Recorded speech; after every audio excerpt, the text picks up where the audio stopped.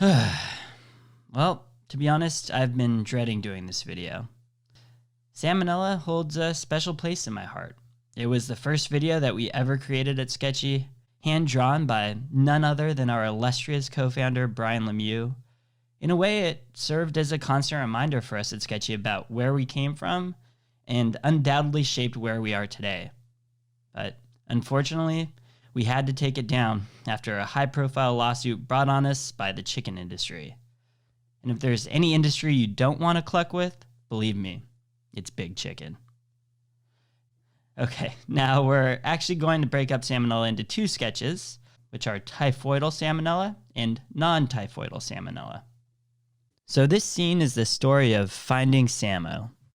Finding Samo is that classic tale of a young salmon who gets lost at sea, only to discover fame after being in a box office smash.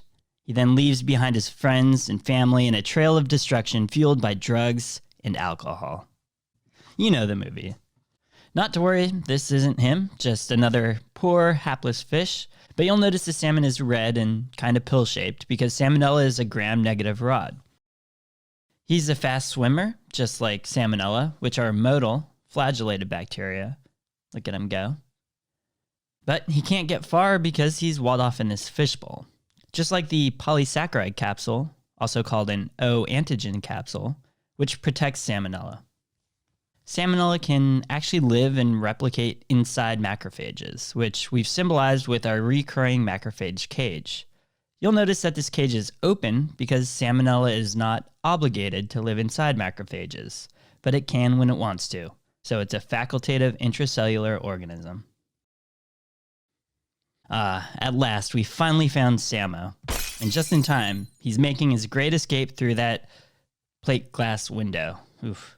Good luck, friend. Macrophages aren't the only cells that salmonella can enter.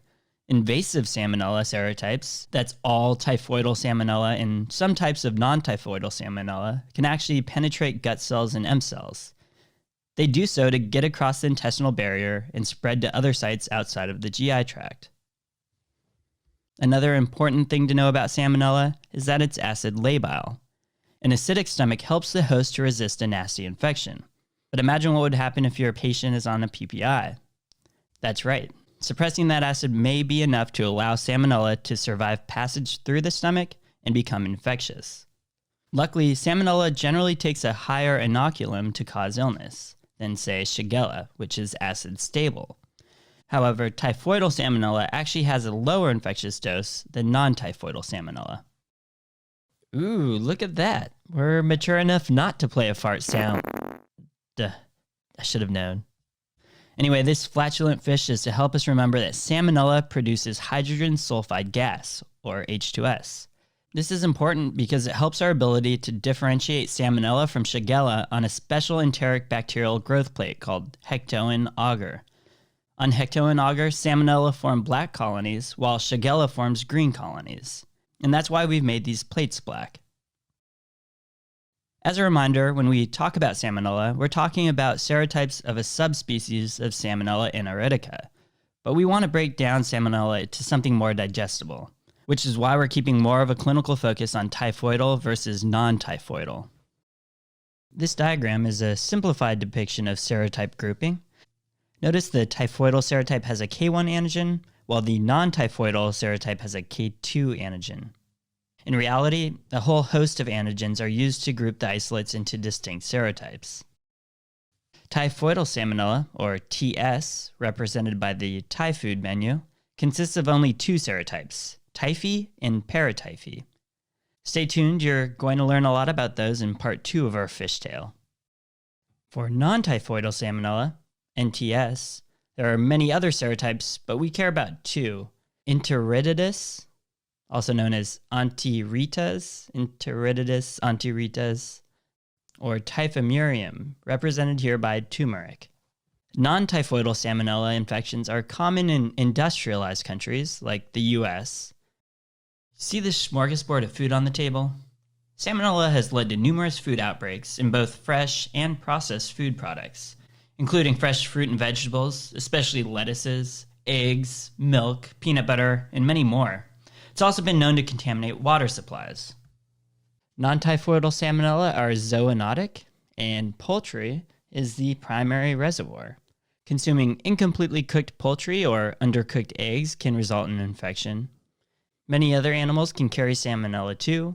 Reptiles and amphibians are a common source of exposure, especially among children who have them as pets.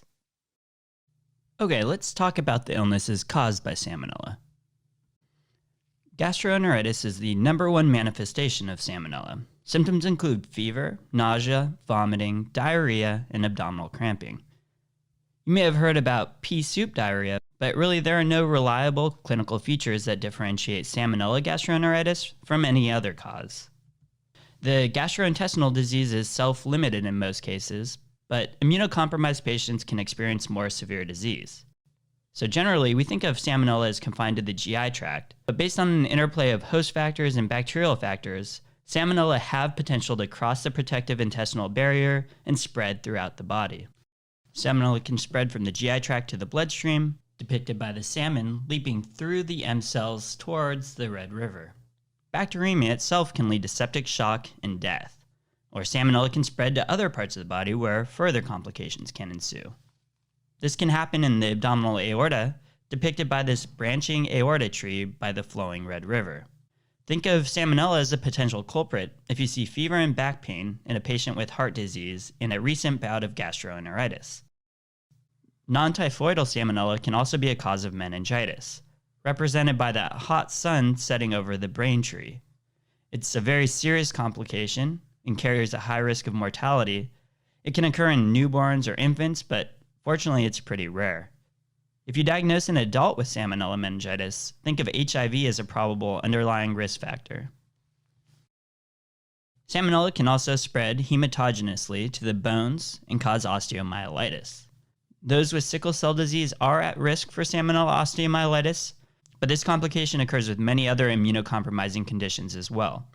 Also, keep in mind that even though there is an association of sickle cell disease and salmonella osteomyelitis, Staph aureus is still the most common bacterial cause in these patients.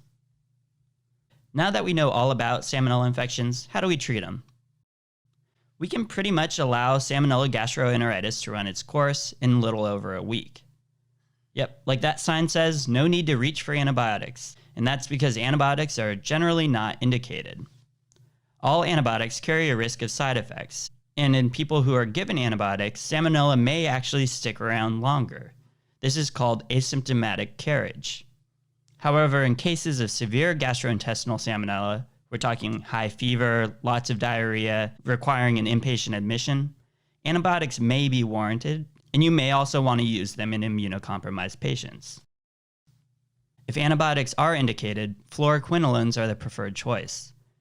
And these 3 axes placed here suggest that the 3rd generation cephalosporins, like ceftriaxone, are a good alternative. Lastly, antibiotics are absolutely necessary for invasive salmonella infections. In addition, surgery to drain or debride infected tissue may be needed. If you're anything like what I assume is probably millions of people out there who are just completely devastated, torn apart, and just really bereft about the original salmonella sketch being taken down, you can always go see it on YouTube. Unless, of course, Big Chicken decides to go take them down too.